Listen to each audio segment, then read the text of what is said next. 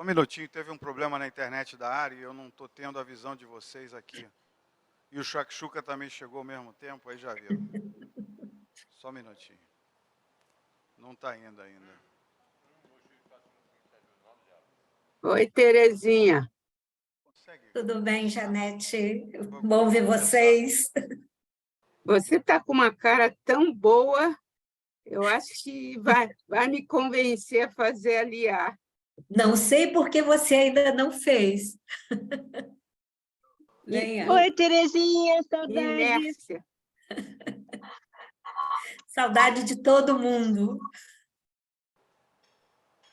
Bom dia. Bom dia. Bom dia. Richard, consegue dar um close aqui? Eu vou começar então. Deixa eu ver se o Zoom entra aqui, a gente já começa.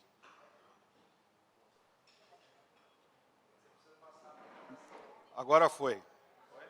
Foi. Deixa eu só tirar o áudio daqui. Pronto. Então, Richard, pode estar lá? Tá. Gente, bom dia, prezados amigos, amigas, Boker Tov. Boker Tov. Boker Tov. Erev Tov. Todos aqui e ali, né? E acolá. Bom, eu vou começar aqui falando que eu faço esse estudo em memória do meu saudoso pai, Salomão Leopold Goldstein, de abençoada memória. Ele, para quem conheceu, era um homem simples e, ao mesmo tempo, grandioso. Ele tinha uma humanidade fora de série. Ele traz sempre as melhores lembranças e exemplos, né? E o Yahrzeit dele está completando 15 anos.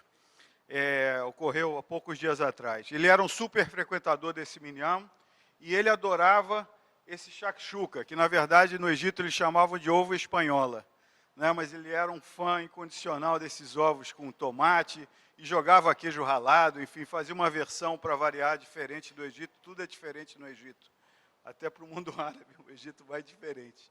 Mas, enfim, então, eu estou fazendo essa homenagem para ele aqui, gastronômica e também no estudo. Bom, eu vou começar falando que, dentre os conceitos mais importantes do judaísmo, nós temos o conceito de Tikkun Olam, tá? Na tradução livre, significa reparar o mundo, né? Este famoso conceito judaico visa a busca contínua pela justiça social, pela liberdade, igualdade, paz, harmonia plena com os habitantes deste planeta e com a natureza que existe nele. Um outro conceito muito famoso é o conceito de teshuvah, né? Literalmente retorno. É uma prática de voltar às origens do judaísmo, mas principalmente tem o sentido de se arrepender dos pecados de maneira a se reparar, né?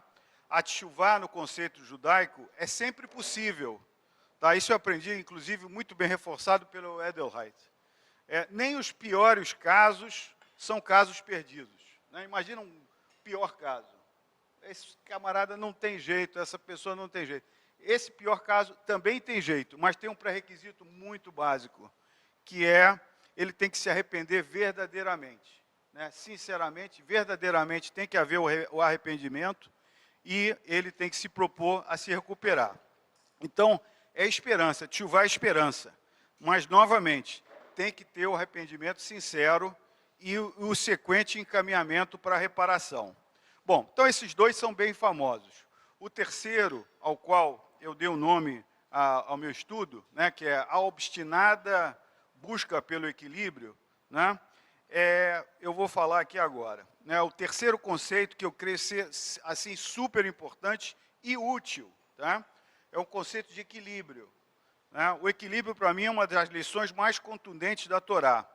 Porém, para se perceber isso, a Torá deve ser lida como um todo, de forma ampla. A Torá, no sentido amplo, inclusive, a Torá e a tradição e tudo que vem junto. Tá? A gente tem que procurar nos textos e nas reflexões da nossa tradição essa diretiva do equilíbrio. Novamente, destaco, não podemos ler um pedaço aqui e outro acolá. Devemos ler o todo, para fazer as associações e ter essa clara noção. Né? Alguém vai me perguntar, você já leu todo? Não li. Tá?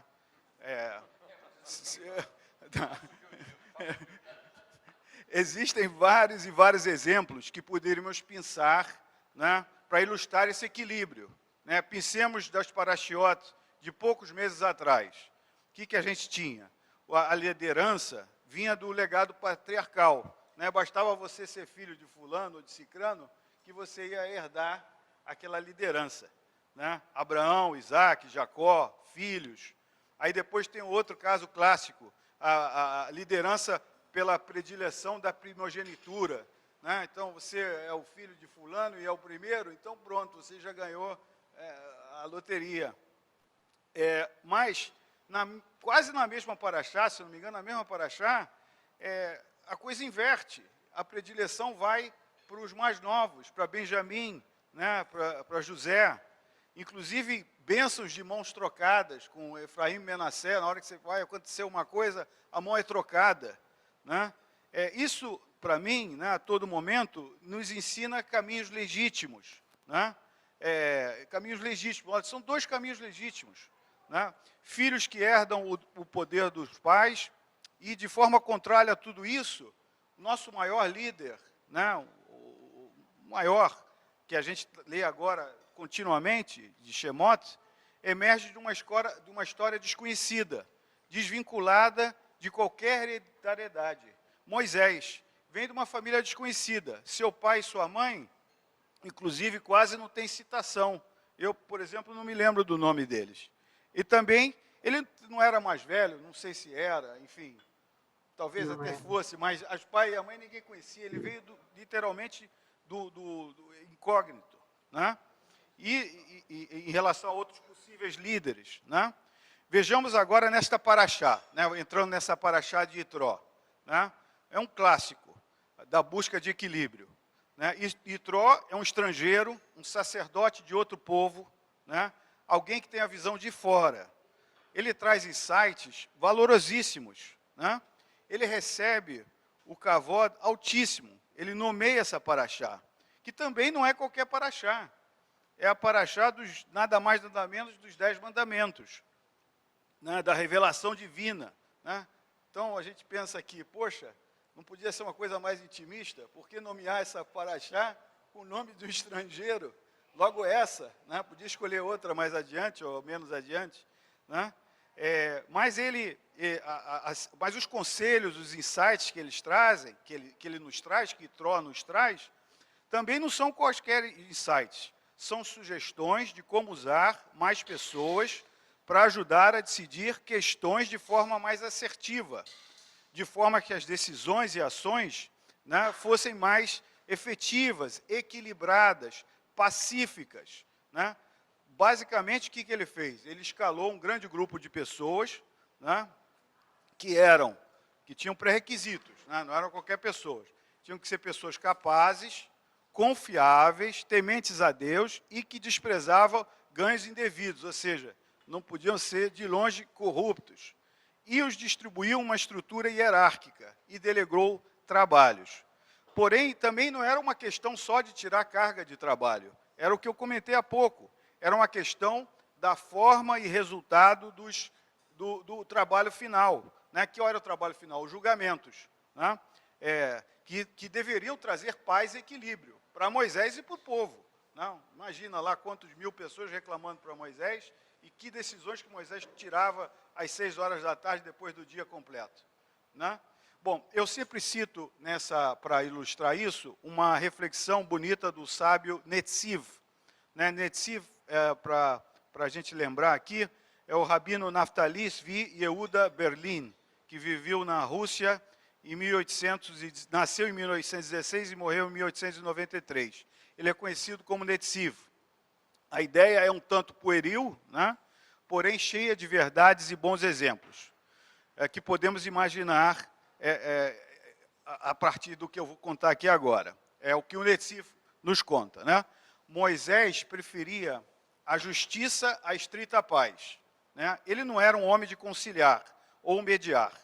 Além disso, como o maior dos profetas, ele sabia quase que instantaneamente qual das partes era inocente e qual era culpada, quem tinha o direito do seu lado e quem não tinha. Então, era impossível de mediar. Ele olhava para a pessoa e já sabia quem quem estava errado e quem não estava. Né? E como ele mediava? Né? Ele, no caso de Moisés, a conclusão de Netziv é que, ao delegar essa função para baixo da hierarquia, Moisés trouxe pessoas comuns, sem dons proféticos ou dons especiais, para assentar os julgamentos, precisamente porque não tinham o conhecimento intuitivo de Moisés sobre lei e justiça. Podiam propor soluções equitativas, e uma solução equitativa é aquela que ambos os lados se sentem ouvidos, ambos ganham, ambos acreditam que o resultado é justo. Assim como diz o Talmud, é o único tipo de justiça que ao mesmo tempo cria paz. É isso que a delegação do julgamento não só, por isso que a delegação do julgamento não só ajudaria Moisés a evitar o esgotamento, mas também ajudaria o povo a chegar a seu lugar de paz.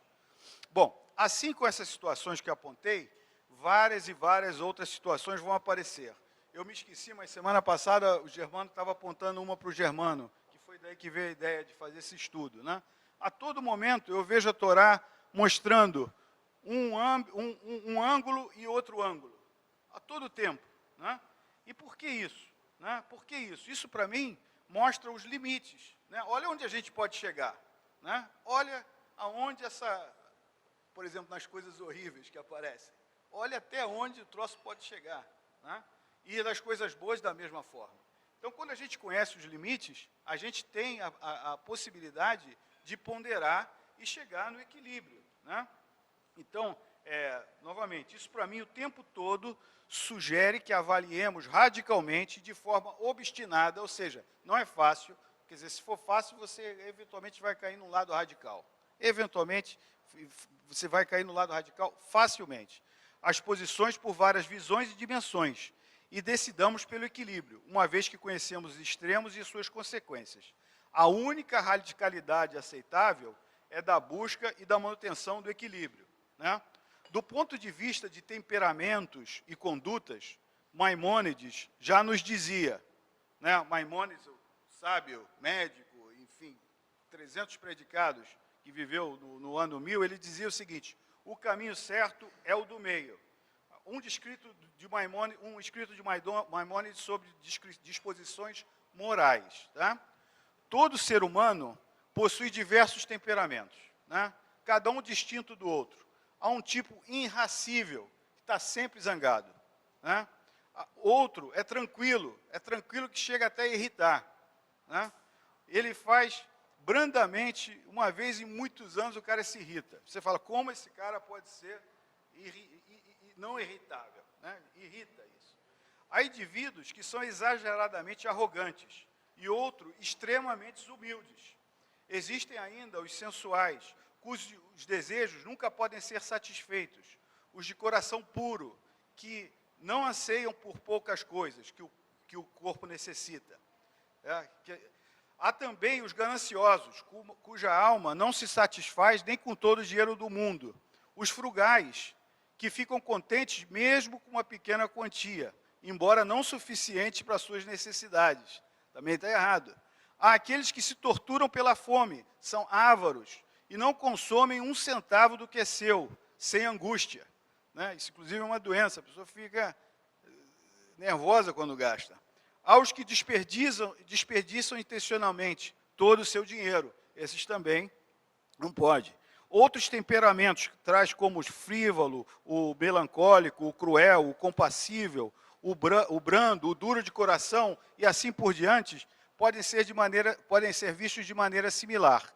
Seguir qualquer um dos exemplos, dos extremos de cada temperamento, não é o caminho certo. O correto, isso é Maimônides, não sou eu. O correto é a tendência intermediária de cada um deles, dos quais o homem é dotado. Não se deve ser uma pessoa irada, facilmente irritada, tampouco apática, que não sente. O melhor é ficar no meio. O indivíduo deve ficar irado somente por uma coisa grave, pela qual seja apropriado zangar-se, a fim de tal fato, que tal fato não se repita. Igualmente, não deve cobiçar algo além daquilo que o corpo necessita, sem o qual é impossível sobreviver. Não se deve ser miserável demais, nem esbanjar dinheiro. A pessoa deve fazer caridade de acordo com seus recursos e emprestar àquele que necessita. Não se deve ser frívolo demais, nem demasiado triste e lamentoso. Deve-se, porém, ser agradável, contente, cordial todos os dias da vida. O mesmo se aplica aos outros temperamentos. As pessoas cujos temperamentos são intermediários seguem o caminho do meio e são chamadas de pessoas sábias. Bom caráter e conduta ética são fatores essenciais num ser humano, em seu cumprimento dos preceitos divinos. Uma pessoa deve ser cuidadosa com sua conduta, delicada ao conversar e agradável aos seus semelhantes, recebê-lo de maneira afável e cortês, conduzir seus assuntos comerciais com integridade e honestidade e dedicar-se ao estudo da Torá. Bom, esse foi Maimônides, tá? Eu acho, sim, maravilhoso isso. Maravilhoso mesmo. Vale a qualquer tempo e a qualquer momento. Sobre os 10 mandamentos, que é parte em destaque dessa paraxá, as chamadas ao que fazer, ao que não fazer, pode ser lido como um curto e direto manual de conduta para uma sociedade civilizada e equilibrada. Assim, junto à obstinada busca pelo equilíbrio, os conceitos mais importantes do judaísmo. Bom, assim como de costume, eu terminei, tá? Eu vou deixar aberto para a gente poder conversar a respeito. Tá? Obrigado. Tá bom. Isso aí. Levantou a mão, tem que falar. Olha, ninguém quer falar, meu Deus. Pode falar? Em primeiro lugar, Vitor, obrigado pelo estudo. Muito bem homenageado teu pai. É uma paraxá muito rica, né? E a gente tem que pegar pontos específicos para poder comentar, porque senão a gente pode gastar aqui dias e dias falando. Então, queria pegar 2 aspectos, né? O primeiro é que existe uma questão, né, em torno de liberdade. Ou seja, se a liberdade é um valor por si, ou se ele é um valor que atende à necessidade para outros valores. Evidentemente que é um valor, é um aspecto fundamental, né, da vida em geral, da vida individual e de sociedade. Ou seja, a gente tem uma possibilidade de exercer os nossos pensamentos, dirigir as nossas ações com autonomia, a partir do momento que existe liberdade. Mas, ao mesmo tempo, essa liberdade, ela precisa ter uma finalidade, ela precisa ter uma razão de existir. Quando a gente fala de liberdade no judaísmo, a gente não pode dissociar a saída do Egito à chegada no Sinai. A gente não pode dissociar o fato de que a liberdade se deu em função do Sinai. Ou seja, existe ali uma possibilidade de liberdade, mas submetida a determinadas regras de relacionamento, de comportamento e até mesmo de pensamento, porque a gente não pode esquecer que o primeiro dos mandamentos, ele é talvez, certamente, na minha opinião, um mandamento mais difícil, porque ele envolve fé, né? Ou seja, uma afirmação da existência divina exige fé para que você possa atendê-la, né? É algo interno, totalmente incomprovável, que depende absolutamente de cada um, né? Não é uma coisa que possa se exercer coletivamente, é uma questão individual. A ideia de que a liberdade ela tem um significado a partir do momento que você submete essa liberdade a uma série de condições de existência, de relacionamento, me parece ser um dos ensinamentos mais importantes do judaísmo. Então, não queria deixar passar a oportunidade, talvez em outras ocasiões vá falar da mesma coisa, mas me parece que é um ponto muito importante. Ou seja, liberdade, mas liberdade para quê? De que forma que essa liberdade vai ser utilizada? De que forma que ela vai beneficiar cada um e a sociedade como um todo? Então, isso é parte do que a gente vê aqui, né? Um processo de crescimento, ele passa por uma percepção de liberdade e depois por uma responsabilidade em relação a essa liberdade. Então, é só isso que eu queria acrescentar. Eu estou vendo o Raul com a mão levantada, não sei se aqui também mais. Acho que Raul pode entrar, por favor, Raul. Bom dia a todo mundo. Eu queria, assim, comentar o que o Ricardo falou e concordar totalmente acrescentando alguma coisa, que é algo que ele faz muito comigo também. Acrescentando alguma coisa que é a seguinte, eu acho que eu concordo totalmente de que a liberdade está ligada ao Sinai também, não é? A liberdade do Egito não existiria liberdade sem ter depois a passagem para o monte, para o deserto, como um povo livre, não é? E depois para Canaã, evidentemente, que é a continuidade desse deserto.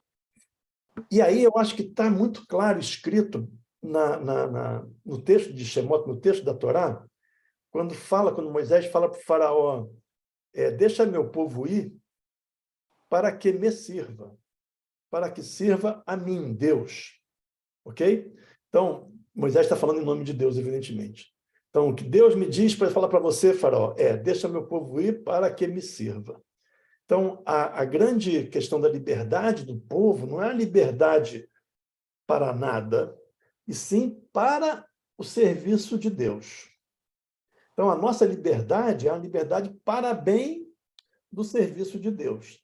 A nossa tradição chama de avodá, quer dizer, trabalho, todo o ritual religioso e o serviço a Deus, inclusive, aí incluindo o tikkun olam e tal, etc, etc. Né? Tudo isso faz parte da mesma coisa. Então, essa questão que o Ricardo coloca tão bem, que a liberdade tem um propósito, esse propósito está muito bem expresso na literatura, na hora que Moisés fala para o faraó, eu quero que os escravos teus sejam escravos meus. Eu quero que os teus trabalhadores trabalhem para mim, para Deus. Evidentemente que para Deus não vão construir pirâmides, mas vão construir sociedades, não é? Livres e justas, etc. Essa é a grande questão que liga totalmente, como a gente falou na semana passada, liga a saída do Egito aos 10 mandamentos que a gente está lendo agora. Não é? Isso é indissolúvel. E a gente tem essa linha claramente expressa entre Pessach e Shavuot, que é o único... são duas festas que são ligadas por uma contagem de 7 semanas, né? Que é a contagem do homem, as únicas duas festas que são ligadas por alguma coisa. Não é? Porque uma é consequência da outra. A liberdade sem Shavuot, Pessach sem Shavuot, não existe. Shavuot sem Pessach também não existe. Então, essas duas coisas, então, o Egito sem o deserto não existe também, etc. Essa ligação é muito importante para a gente qualificar o que significa a liberdade, né? A liberdade que a gente quer é a liberdade de construir uma sociedade boa. E não vou dizer justa, vou dizer boa, aonde se pratica a justiça. Ela nunca vai ser justa. Ok? É isso. Aumentar a voz. Oi. Obrigado, Raul. Janete, por favor. Tá. Janete e André Stein.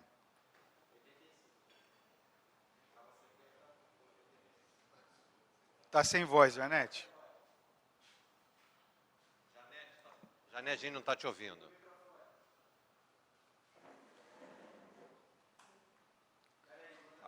Não, é no teu computador mesmo. Você tem que estar no computador ou no telefone? Está no telefone? Não. Olha, está vermelhinho o teu microfone. Abre ele. Está no computador, tem que ir lá embaixo no mute, clicar lá onde está escrito mudo. Clica lá. Lá embaixo, no canto de Agora, esquerdo. clica de novo. De novo. Por aí, Janete. Mais um pouquinho. Não, vai um pouquinho mais. Tem o microfonezinho. Aqui André- embaixo, no lá canto pra de esperar aí. esquerdo, embaixo. Na Agora. barra de baixo, na Agora. barra de baixo. Pode ouvir. Agora. eu estava fazendo isso 10 vezes e não Não, só precisa. não abria. Bom, são coisas minhas, eu e o computador. Mas, enfim, ligado exatamente ao que esses dois sábios da ARI falaram,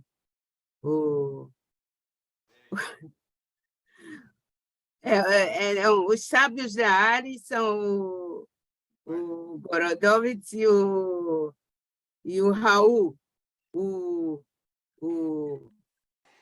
Eu também tenho sobrenome. hein? Você tem Ele é sobrenome? Gorodovitz, eu sou Gottlieb. Pois é. O Vitor ainda não é o sábio da ARI, mas é um grande colaborador e fez uma discussão aí de Paraxá maravilhosa. Mas, ligado ao que vocês dois falaram, eu entro com a minha cantilena dos profetas. No seguinte, não é à toa que nessa Haftará de Isaías tem exatamente uma das primeiras indicações específicas dizem os entendidos de profecia, explicação, uma antevisão específica do tempo do Messias, onde vai haver a justiça e tudo mais que se falou aqui. E eles encontram essa pista principalmente no Isaías 9:5, que fala de uma criança que vai aparecer para nós, que faz parte da cantata do Handel, do Messias de Handel,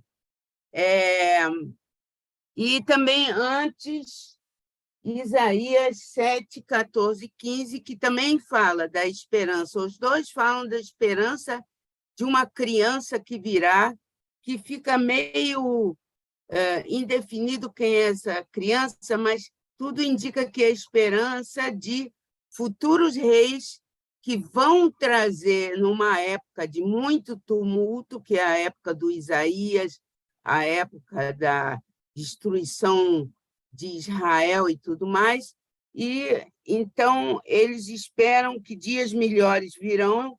Isaías expressa dessa maneira, em que haverá exatamente a justiça, entre outras coisas que Isaías fala também. Justiça e, digamos, as referências à ética, tá? Toda a referência à ética e a liberdade de Israel como um país independente, sem ser dominado por outros, que na época era dominado, na época de Isaías, e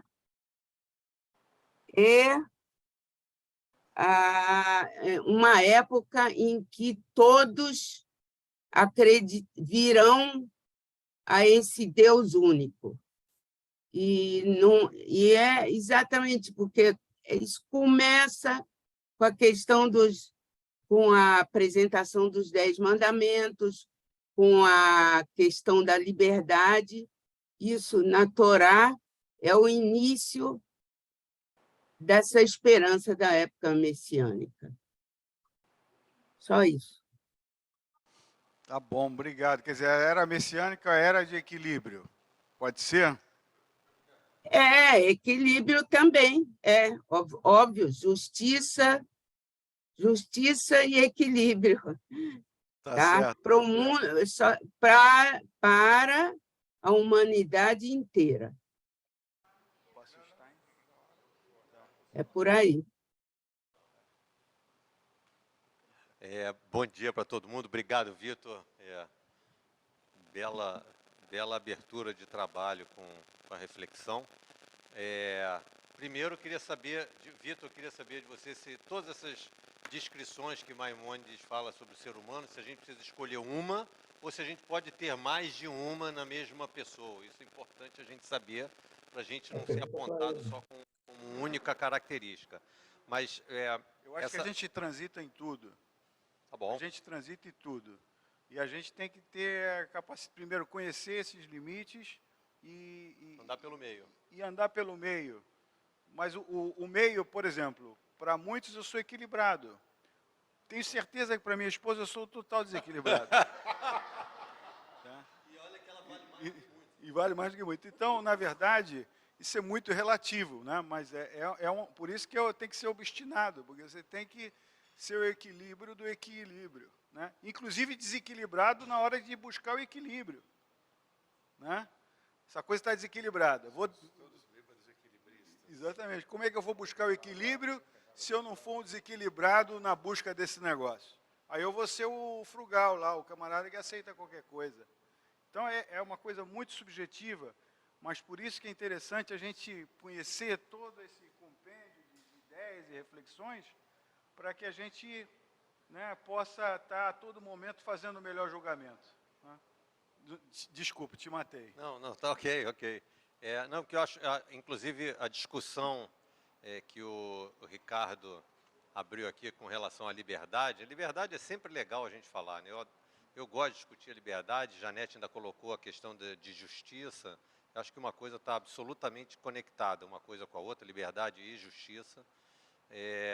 Mas acho também curioso, quando a gente fala de liberdade, que a gente veio de uma situação de escravidão, como o Raul falou, a gente era escravo do faraó, e Deus diz que a gente vai ser escravo deles, vai trabalhar para eles, e logo mais uma ou duas parachotes, se eu não me engano, nós vamos ter algumas regras para a escravidão.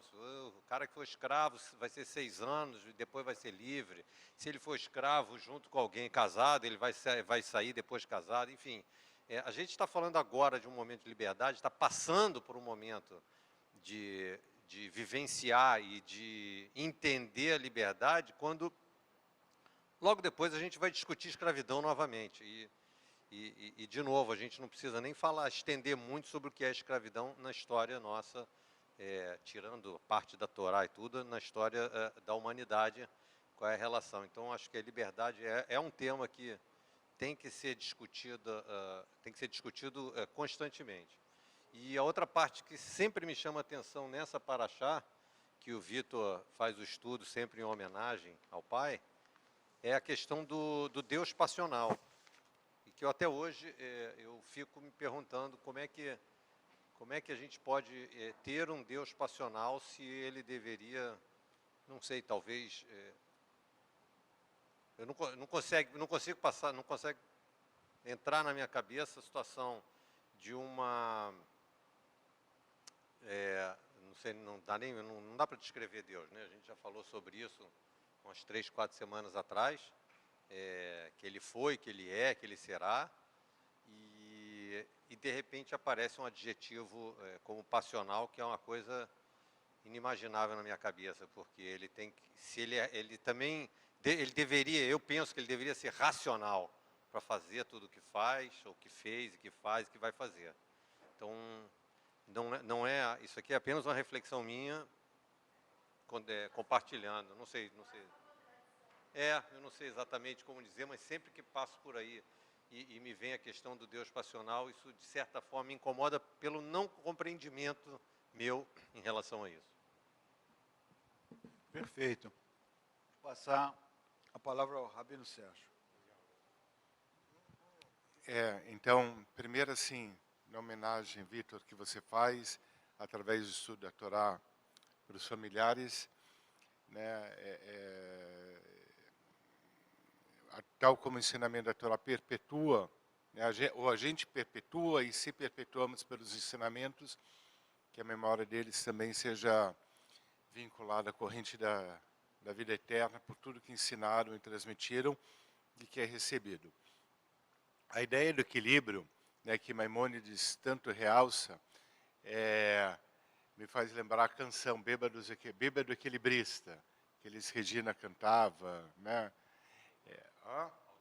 Aldir Blanc, a letra, né? Mas eles, no fundo, um pouquinho essa ideia do equilibrista, que Maimonides Santo enfatiza para evitar o extremo, a gente, para ser equilibrista, para estar equilibrado, a gente precisa um pouco transcender nossa sobriedade, porque é muito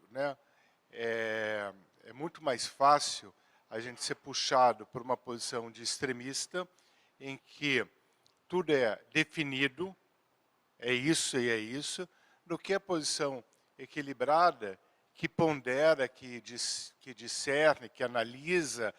O equilibrista da vida, ele olha para lá e para cá, né? O extremista, ele, né, tem aquela coisa do... Como é que chama aquela coisa do cavalo? Então, ele não vê. Ele é aquilo e ponto. Então, a gente precisa... E é difícil. Então, a gente, às vezes, precisa ser um sóbrio bêbado para ter esse equilíbrio tão necessário e tão importante na vida. E esse é o primeiro ponto. Depois, falando da era messiânica, a era messiânica, pegando muito assim, uma outra visão judaica, quando ela for ser atingida, ela já não será mais a época messiânica. A época messiânica é um processo de constante busca e de nunca realização. Se a gente chegou lá, à época messiânica, a gente julga que está tudo perfeito, e aí não tem que fazer mais nada. E quando a gente tem que fazer mais nada, começa a decadência. Então, não é época messiânica, se começa a decadência. E fica, muitas vezes, a questão da época messiânica uma utopia que gera um fanatismo muito forte. Né, que, assim, escatológico, é assim o final dos tempos, a história vai ser assim, e que acaba desequilibrando. O messianismo, assim, essa utopia irrealista compromete toda a concepção do equilíbrio e gera, acho que, um extremismo, um fanatismo que a gente vê sendo disseminado, inclusive, com tristeza, falo, dentro do seio do povo judeu. Né?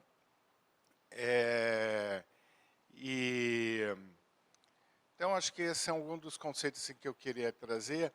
E dentro dessa paraxá, que também, não sei se chegou a falar, tem os 10 mandamentos. Tem os 10 mandamentos. Né? E um dos mandamentos é não roubarás. E tem uma passagem que diz, não roubarás o quê? Não roubarás o que não é restituível. E o que não é restituível? O tempo. Então, assim, não roubarás, obviamente, também envolve elementos materiais, mas o tempo. O tempo roubado, ele não volta atrás. O tempo que a gente se permite a roubar, porque a gente é o ladrão do nosso próprio tempo muitas vezes. Né? Inclusive, eu digo isso por mim, claro. Né? Aquelas noites de sono que a gente perde, aqueles problemas que a gente alavanca de modo demasiado, e o tempo que a gente acaba roubando dos outros. Mas tem o tempo que a gente ganha através das discussões e conversas que geram um equilíbrio, né? Que geram uma ponderação maior. E o equilíbrio de hoje talvez não seja o equilíbrio de amanhã. Né? Por exemplo, agora está acabando o período de férias. Eu me lembro que no tempo que eu tinha férias na escola, elas acabavam depois do carnaval. Minhas férias de escola era 2 meses e meio. E eu achava pouco. Depois, quando meus filhos começaram a ter férias na escola, e a escola reduziu o tempo de férias para cumprir, né, horário MEC, etc., e ficou um mês e pouco, eu achava muito. Né? Daí, assim, para mim, 2 meses e meio, quando eu era garoto, era pouco. Para minhas filhas, quando eram meninas, assim, 1 mês era muito. A gente vai mudando a nossa concepção de tempo e de equilíbrio ao longo da vida, né? Então, assim, não são fórmulas fixas, são fórmulas que a gente vai trilhando, acho que de modo constante. Então, seria só para acrescentar aqui no nosso debate. As férias da filha eram poucas para o pai, para as filhas era Não, pouco. claro, eu falei, para mim. Para as filhas era pouco, para o Não, pai era não, muito. não, eu falei assim, para mim, o mês e meio delas era muito. Mas quando eu tinha férias, quando garoto, 2,5 era pouco. Então,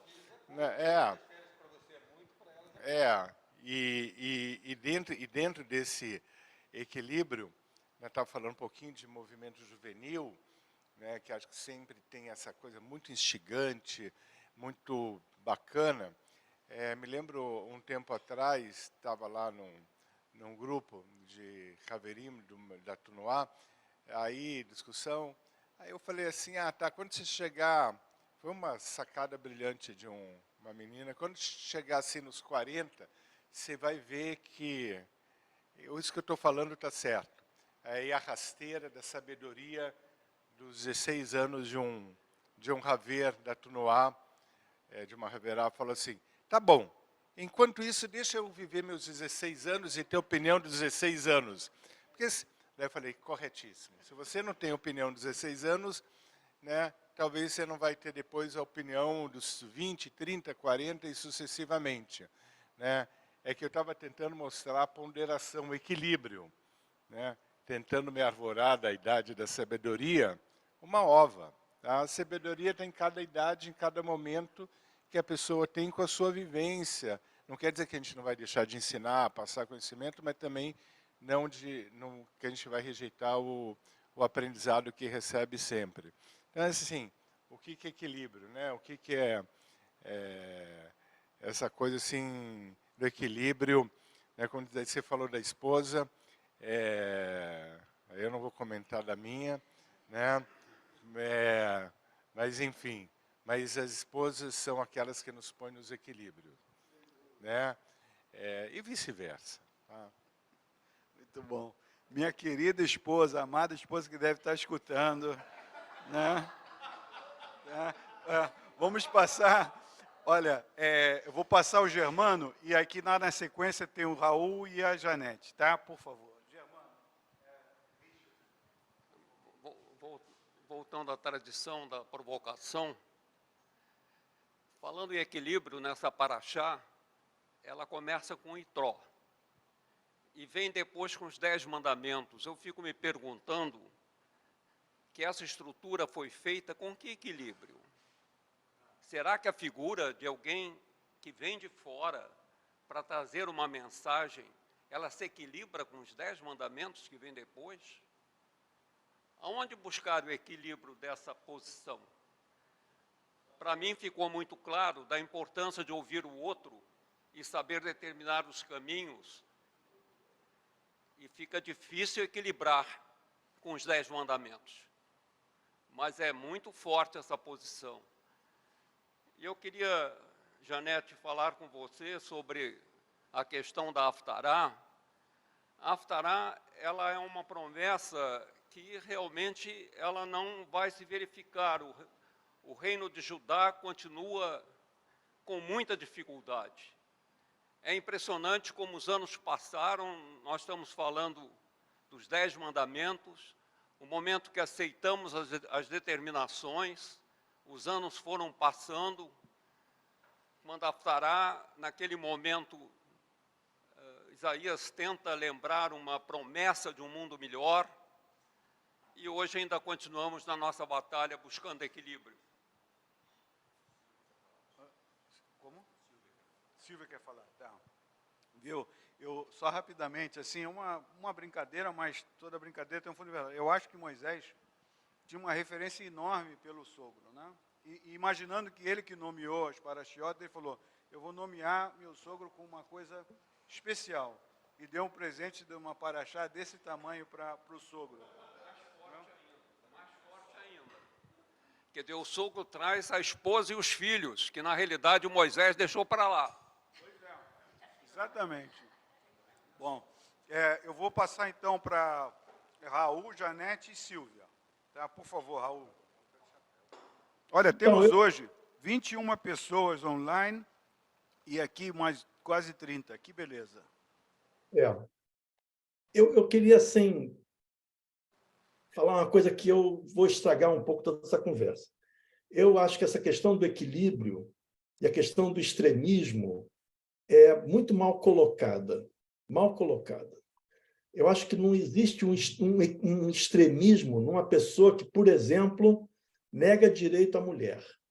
Uma pessoa que fala que a mulher não é um ser humano exatamente igual a todos os outros seres humanos, pelo fato de ser mulher, ele não é um extremista.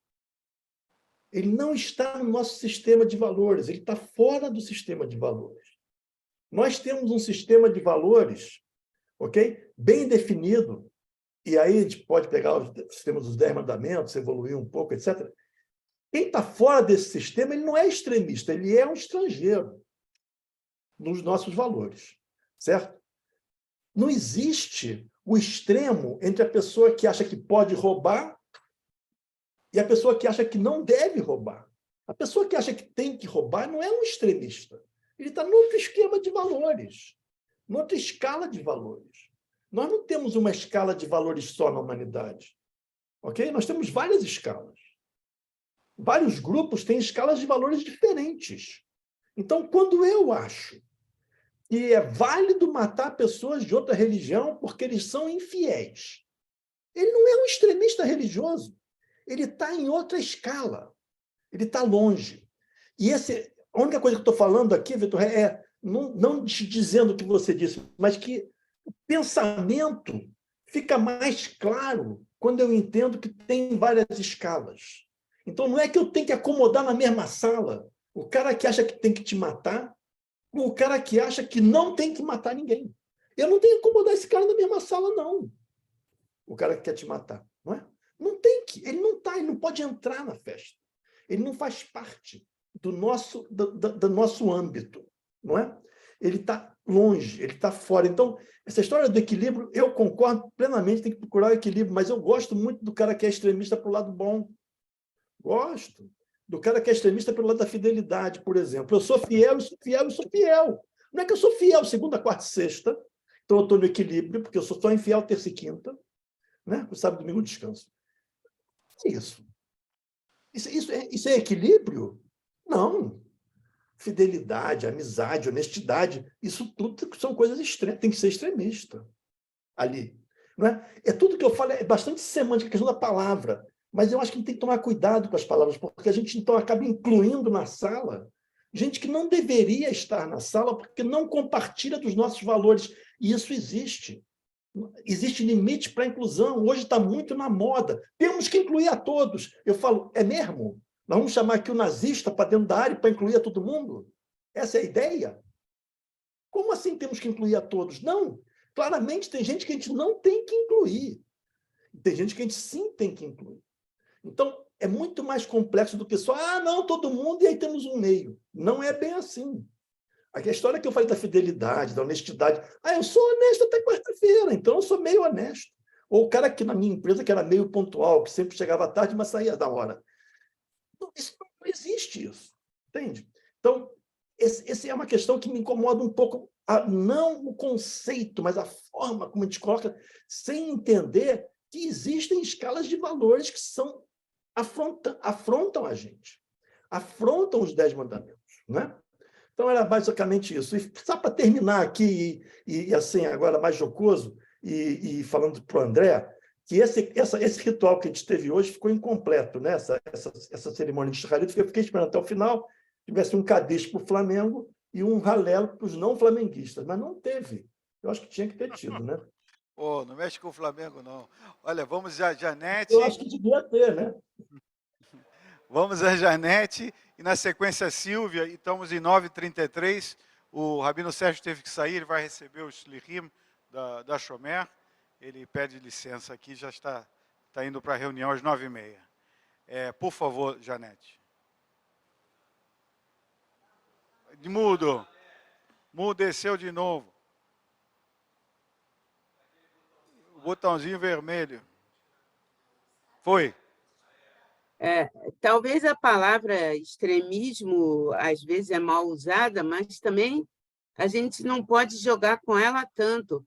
Se não houver assim, uma certa cerca, digamos, haveria o caos, se a gente incluir o assassino como não extremista.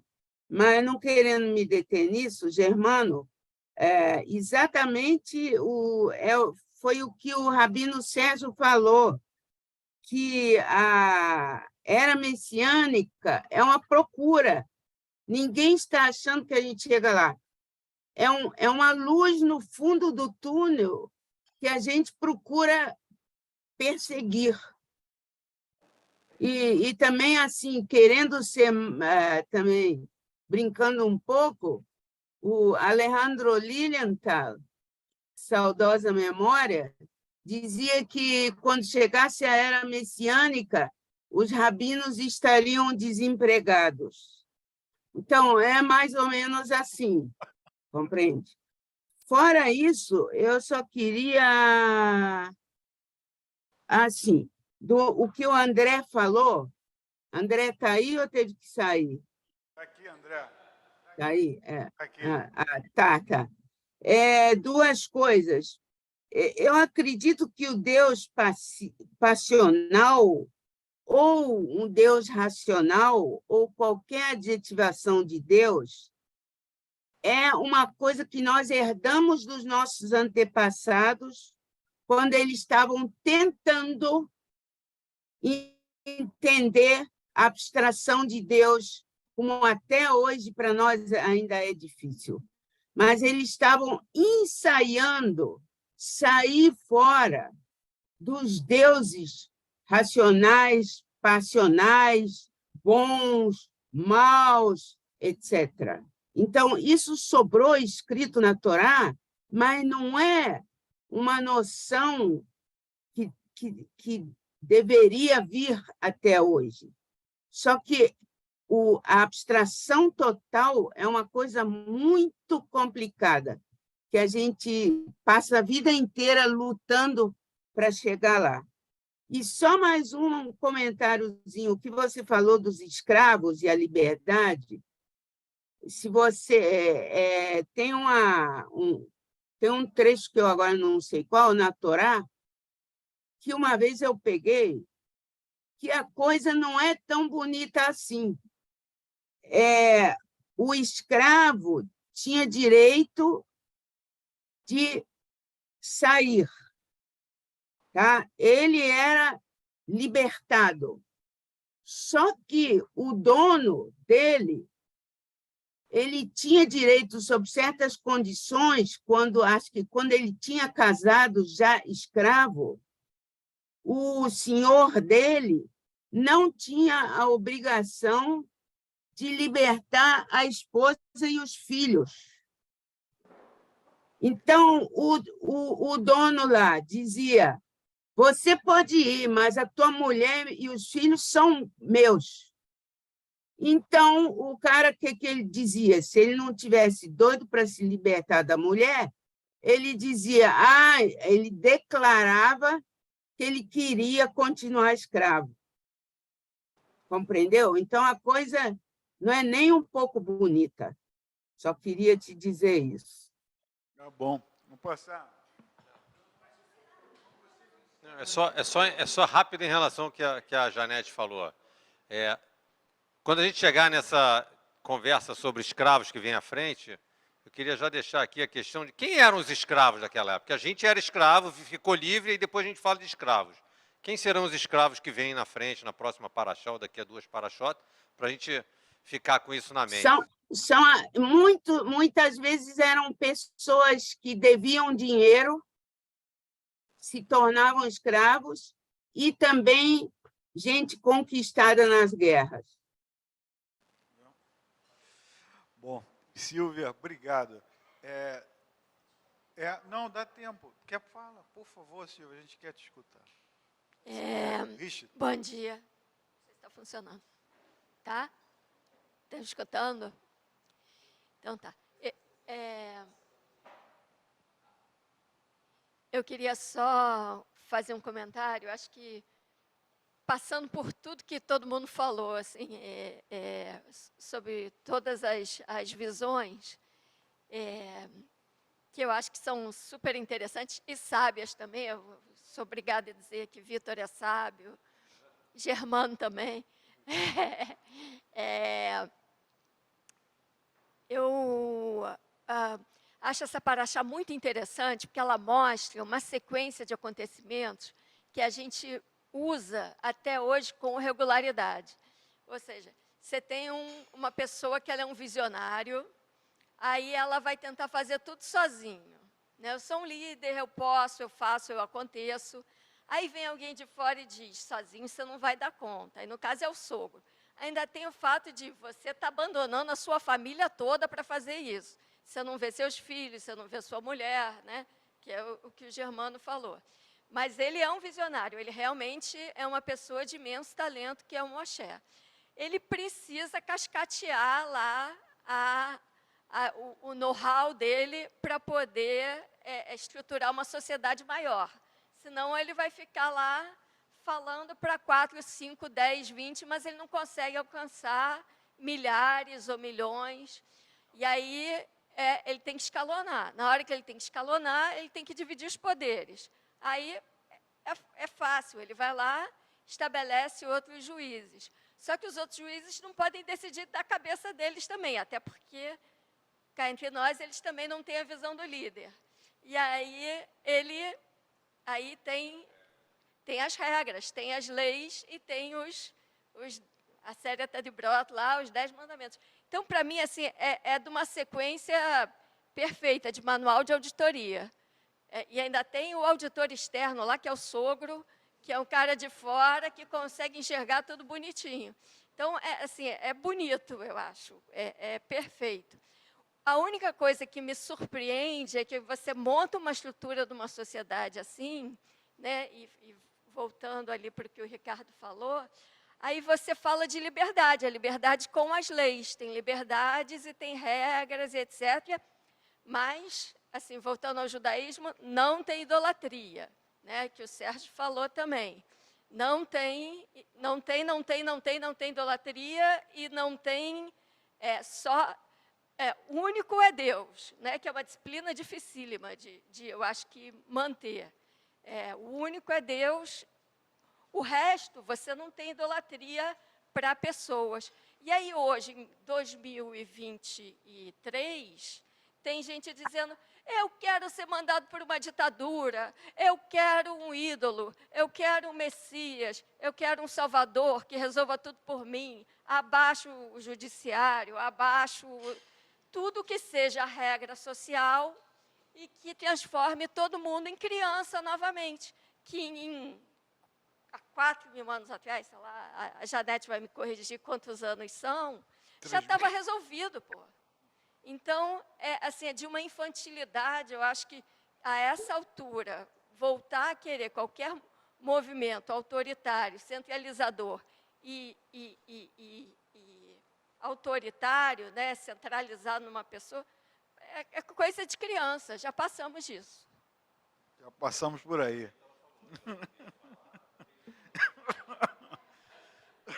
Bom, gente, vai ver por isso Israel tenta com tanta força ser uma democracia e não quer largar de mão. Uma luta diária para não cair da bicicleta. Porque nós temos um Deus só. Bom, pode gente, fazer uma ligação aí. Com essa fala final da Janete, eu vou encerrar, são 9h43. Agradecer os comentários de todos, a presença de todos e desejar boa quinta-feira, Shabbat Shalom, que a gente possa sempre estar se encontrando em momentos de alegria. Tá, um beijo a todos. Tudo de bom. Vamos fazer Birkat Amazônia aqui. Valeu. Shakshuka estava gostosinho?